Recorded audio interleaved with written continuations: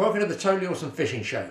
In this little episode, I'm going to be taking you to a place called Bonds Lake, which is on the Berry Hill Fisheries Complex, and going to be doing some quiver tipping for carp. Now, for those of you who don't know, maybe beginners, a quiver tip is really, let me show you on here, an extension of your fishing rod that is very, very fine, generally fiberglass, not usually carbon, they're mostly fiberglass because it's bendy, as you can see. Now these are old school ones. These we used to screw into the end of a special eye, a tip eye, on our fishing rods, screw them in when we wanted an extension, maybe barbel fishing at night, something like that. And for that reason, these ones, these old school ones, I've painted alternate sections red and white so I could see them either against the sky in the daytime if it's bright or against a dark background. I've also whipped on there some valve rubber tubing just there, and to that I used to squeeze, just open it up and push and squeeze in an isotope, which is like a chemical light stick, a little glow stick like this, so I could see high up if I was barbel fishing at night, I could see the rod go round. Now today they're mostly an entire splice section. It's not a screw-in section like these ones here. These are old school. I just thought I'd show you what a quiver tip is. You can see how delicate they are. But I also want to fish this lake of Bonds with my rods up really high. That's me personally. A little bit of an experiment. Let's get down to the fishery and see what we can find out. And to do that bit of experimental fishing, I've come down here, Old Berry Hill Lake. It's called Bonds Lake. I'm going to go and do a bit of experimenting. I've never fished it before in my life. Down there to help us is one of the local, I think he's one of the bailiffs, Darren. He's going to give us a guide on how he fishes it. He fishes it quite a lot. Mike's over the other side, he's going to fish with a quiver tip as well. I'm fishing with a quiver tip. I'm going to put them up high like I talked to you about and just see if I can pick a fish or two off. It's worth a go. As with all types of fishing, you've got to be in it to win it.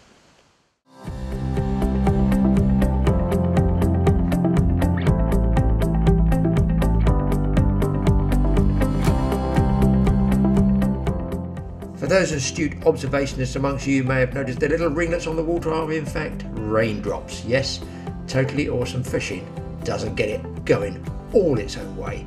But I could see lots of bubbles on the surface.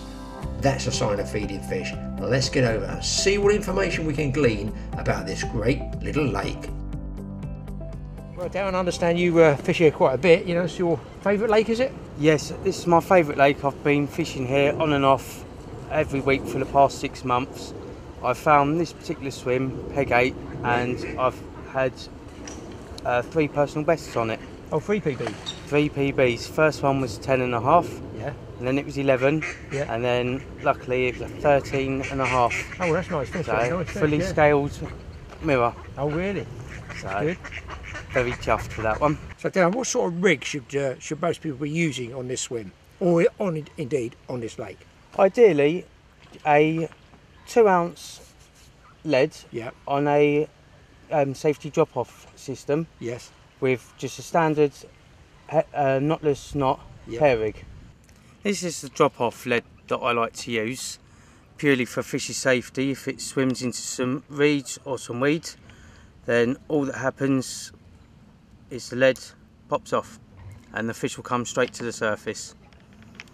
And what about the rest of the gear then, Darren? What's your sort of end gear, your hook link? My hook link is £10 super mono, purely because the amount of times... So that's straight mono? Straight mono. Yep. Purely because the amount of times a fish will pick up a rig at the bottom of a lake and drop it, and with the mono it'll reset itself. This is the rig I like to use. Just a standard knotless knot with a Robin Red carp pellet tipped off a bittersweet corn. When there's a bit of tension on the hook, it just goes into the bottom lip of the fish and you have a nice secure hook hold. So what type of hook would that be, Darren? This is just a standard super specialist size 10 hook. And that'd be barbless, Barbless. Always barbless on these lake. So not a big hook then? 10, no. Is it really? It's not a big hook at all? No, not at all.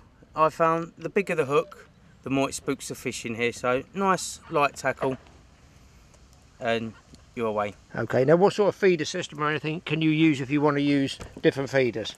Other feeders, you can use a cage feeder with smaller pellets in. A method feeder works very well on here.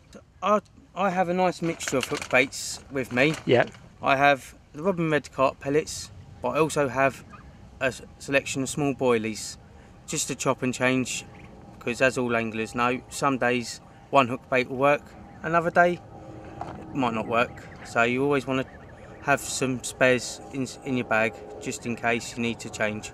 As for the lake itself, the stocks consist of carp and small roach. It's mainly carp in here. The average size of the carp is £5 up to 10. Luckily, well, if you're lucky, you'll get a nice 16.5 which is the biggest that we have in here. My tackle consists of a 12 foot 2 3/4 Dyer D-carp rod, coupled with a Mitchell free spool bait runner type big pit reel. On that I have 12-pound main line. It's 0.030 diameter, so it's nice and thin and it's nice and strong as well. You can fish around the margins here, but my personal favourite is nice and tight to the island, and you should catch plenty of carp. And Mike indeed was straight into a really nice carp. Well, there I was, guys. I was quietly interviewing Darren. Next thing I know, Mike shouts out he's already got fish. And he didn't even listen to Darren's instruction. What's going on here? Oh, nicely marked. Yeah, it's a lovely scaly That's a nice fish. mark. That's a nice mark. It's a lovely scaly fish. Well, look at that. Scale perfect, almost. What a beauty of a fish. That's my first time here in Bonds Lake at Old Berry Hill. And I'm fishing the method feeder with a Quivertip rod. And I've had the bait out probably 15 minutes. I've just rebaited as well with some of the scratting pellets, 2 mils and 4 mils. And I've got them on the feed now, so with a bit of luck, we'll get many more. Well, do you know, I threw a handful of what you said, the scratching's dry. Yeah. And when I went round to film Darren, they were already smoking up the bottom. They do, yeah, they're So straight and that's on it, dry, yeah. that's dry. Yeah. So we'll get this one back. What was your hook bait? A pellet. Just pellets? Yeah, straight just a pellet. straight pellet. About 10 mil probably. Rizzo on the Quivertip. Oh yes.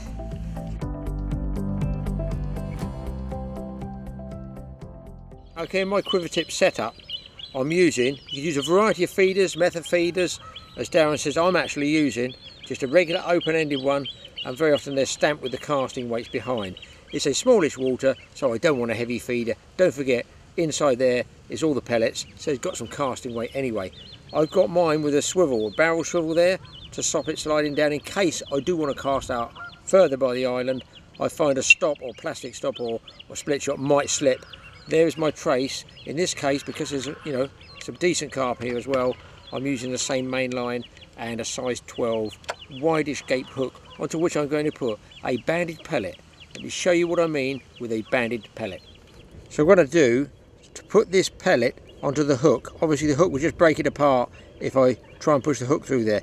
You use these bands, these small tiny little bands with a band putter on, I'm going to call it, and you'll see it expand. You very carefully open it up like this, push your pellet in the middle, you can see, get it very centralised, and just slide it off. You can realign it with your fingers, get it in the middle, drop that, and then all you do is just nick your hook once through the rubber band, taking care, just underneath it like that. Do it very carefully and slowly, so it's hanging in that rubber band there, and that's how it hangs, like that.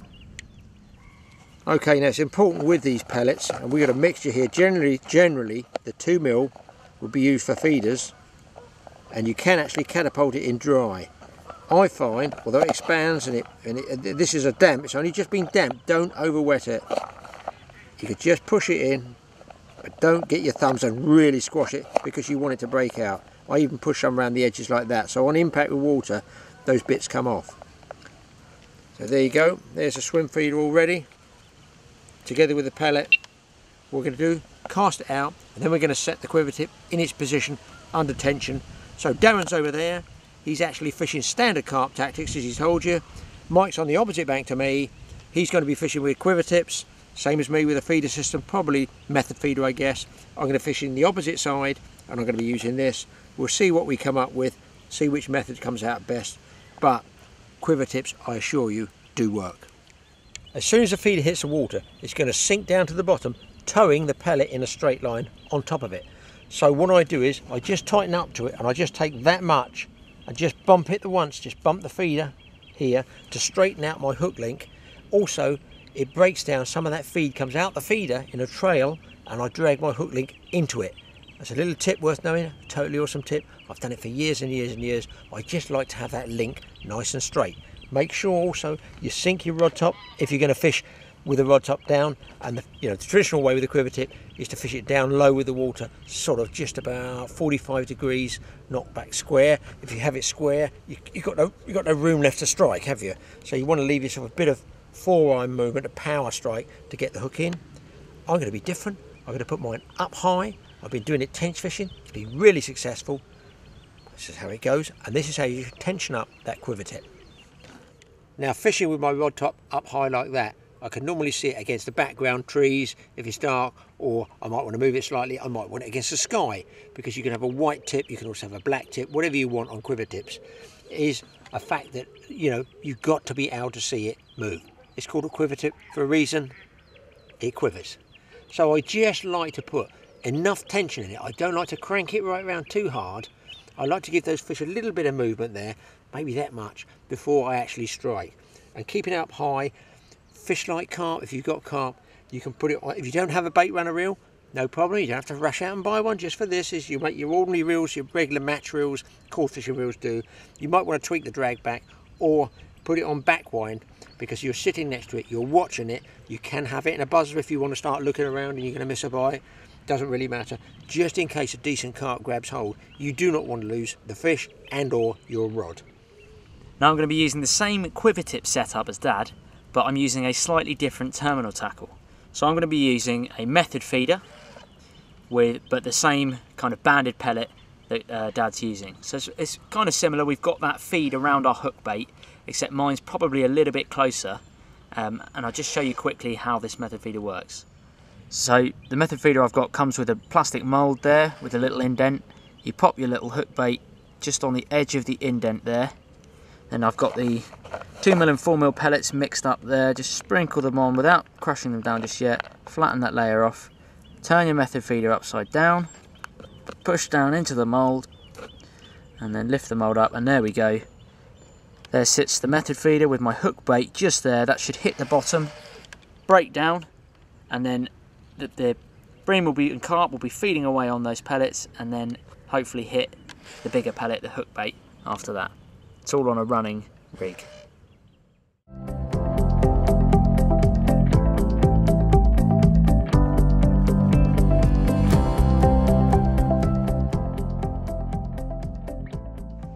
Listen, people, this is all very unfair. I'm his father. I had to take the car back, put it in the car park. I get back, he's got another fish on, can you believe it?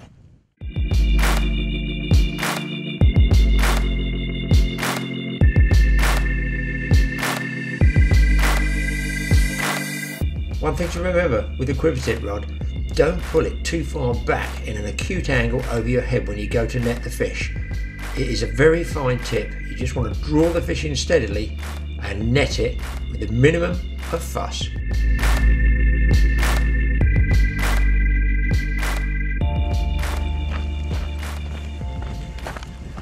Oh God. Well, you know what they say, another one bites the dust. Yeah. This one's not fully scaled, but it's got a nice sort of linear markers at the top. Now, that's very close to what we used to years ago call a saddleback. Oh, I see. With the scales along there. This would be like a leather with no scales here. Yeah. And there's a few scales, so we can't call it a leather, we can't call it a saddleback. Right down to the tail, look at the tail. But years ago they were called a saddleback, and apparently I think the monks used to breed them like that for eating, because that's what they did, they ate the carp, so they didn't have to scale them. Oh, I see. Clever, isn't it? Yeah, nice fish though. Yeah, another one, and I've got them on the feed now, they're feeding on those pellets. So, to be honest, as soon as I caught this one I was chucking bait out again. Just a couple of handfuls of ground bait. And then as soon as I put this one back, I'll get the method feeder straight out there, and I'm baiting a really refined area. I'm trying to keep it really refined. But let's get this one back, and then hopefully get another one. Hopefully the old man can start fishing. Keep it low. There we go. Probably shoot off. Gentle. Please watch the left-hand rod in the next frame for the tiniest quiver tip bite you'll ever see in your life.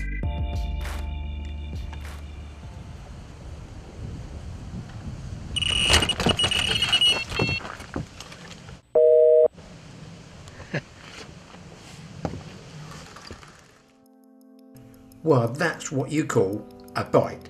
I mean, if you were asleep, it wouldn't really matter if you missed a quivertip bite, because you heard the buzzer and everything, the rod go crashing over and nearly go into the water. So it just goes to show you, keep your eye on the rod at all times. Even then, what was a fine little tweak, well, it just erupted into the most huge catastrophic take I've had for a long time, and I nearly lost the rod. Anyway, Mike was over there on the other side. He was masterfully landing fish after fish on the quivertip, quite enjoying it, and well, hey ho, it's just another method for the angler to use and put that extra fish on the bank. He wasn't distance fishing, he was just lobbing that feeder out just on the edge of some rushes.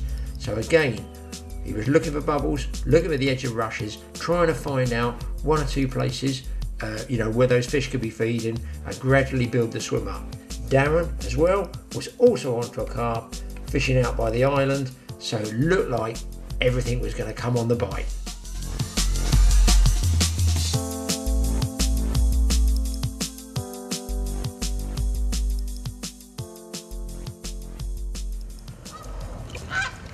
A nice clean common. This was on the Robin Red carp pellets. Yeah, with that little bit of sweet corn cap on it. Yes, little sweet corn tip just on the end, just to give off some flavour. And finally, we've got him. Good. Let's get him on the scales, see how much he weighs. 11 pounds. Good man. 11 pounds. Nice fish for this nice lake, fish. Yeah? Oh, lovely fish on this lake. Lovely and clean. Yeah, nice looking fish. He's an absolutely lovely looking fish.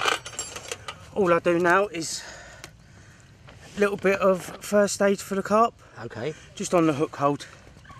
Oh, and that is what, Darren? This is just an antiseptic spray that will just help heal the hook holes and keep the stocks nice and healthy. Nice and healthy.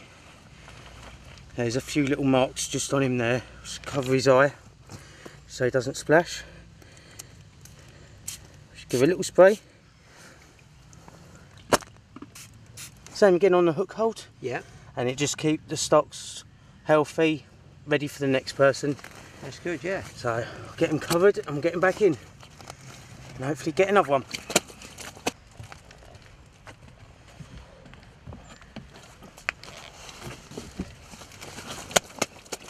I don't look after my wife as well as you look after these carp.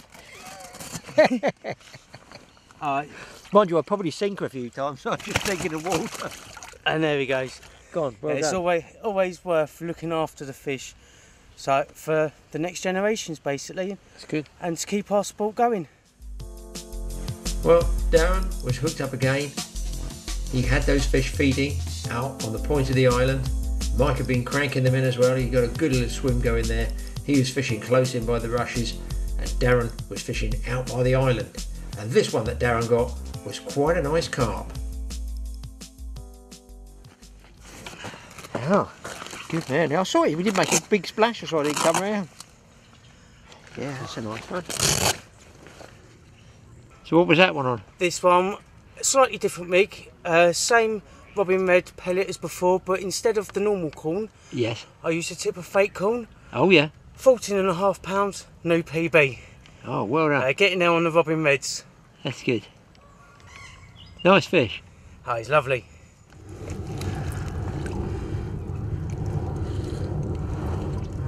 Well done. He's off. And he's off. Well, you may have noticed I'm not actually in my swim at the moment. We had a bit of a downpour, so I came to sit in Dad's swim and sit under the umbrella for a bit. Oh, not a double. Missed him. Look at the boil. Look at the boil there. Oh yeah, it's zooming across So the back I'm there. fighting a fish here, which is kiting to the right, and it absolutely screamed out, didn't it? Yeah, I was loading actually the boot. looking at Dad at the time, and he shouted fish, and luckily, it actually hung himself. Really, he was on the hook already. So. It shows that quivertip method can work, though. Oh yeah, definitely. And actually, when you look at the bend in the rod, it's quite nice to have a proper bend in the rod. He's well bent, well bent. Now you lost one under this one, didn't you? He went under the staging. Yeah. They're definitely moving around more now, aren't they? Yeah. Evening time. That Yeah, mug is it's stilled coming up off. to Stilled 5 off. That's well, you've always said that's your time Bite carping, time, isn't it? Bite time, yeah. You just adjust your tackle really if you want to. Well, yeah, if I was doing this sort of fishing, you know, I know the fish in this lake are not going to be massive, So I'm not going to use a £3 test curve rod because it just wouldn't be sport. But because they're, you know, you can, on these Quivertip rods, you can get a kind of £8, £10 fish that will absolutely strip you. Like this one's doing now. They do find the snags quite easily. He's found that other line. Is he over it or under it? Over it. I think it's funny, dear.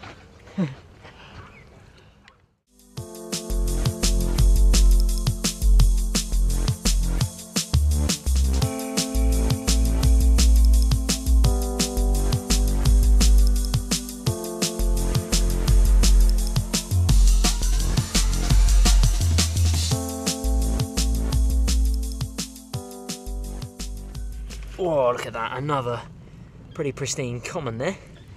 On the Quivertip, look at the tail on that one. This one actually put up a real good scrap. If you look at that tail, it's in pretty good nick. I always think they're in good condition when they got that sort of orange look Orange about tinge to them, don't they? Yeah.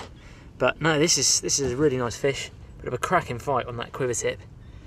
And, you know, so hopefully some of those tips will help you guys. You don't have to go and target huge fish. You can have great sport on fish this size. And the benefit is you know the fish are there.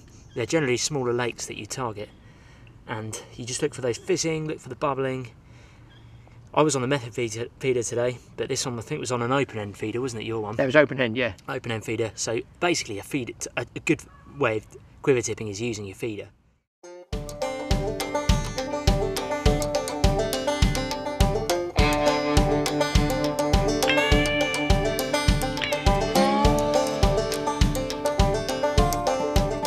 Well, there you go. I hope you got a few tips there on quiver tipping on Bonds Lake. In fact, you could do it anywhere.